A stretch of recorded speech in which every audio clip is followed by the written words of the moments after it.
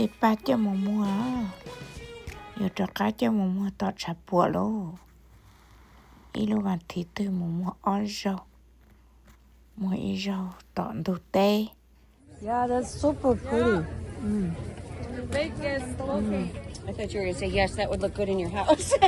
This is a very pretty. It is a very pretty one. one. Buy anywhere. It Very pretty. costs $50, but it's $20. That is a good deal. Yeah, good deal. Cannot find in the store. That's true. Oh, and it's got these beautiful. Because I mean, you can't do this for Yeah. a couple of months. You know, that's too long, and then it might not even heal in that time, and then the body won't work. You know the flower. 이거 어때요? Nó cho cá tôm mua ba ơi.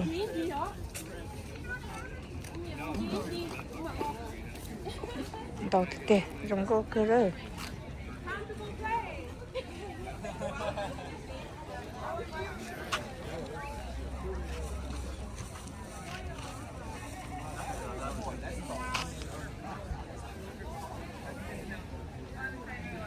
Ăn đầu kia rồi, nó nào này.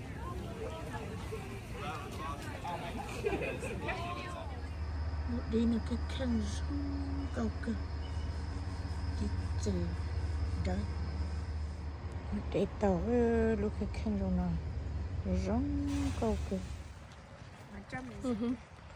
Hai hình nữa.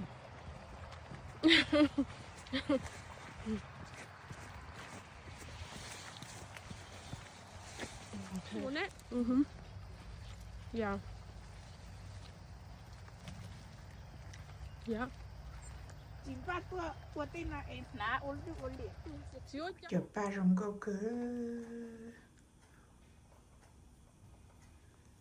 giờ là tê chiều mất tê cho là chia sải sữa sải ba rung cơ rung câu cho tiêu liều nữa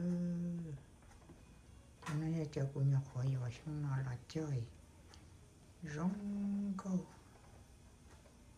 câu cơ ở nhà cho ấy chậm lại ba lụt lụt lên nói chuyện này chậm lại ba thiết chữ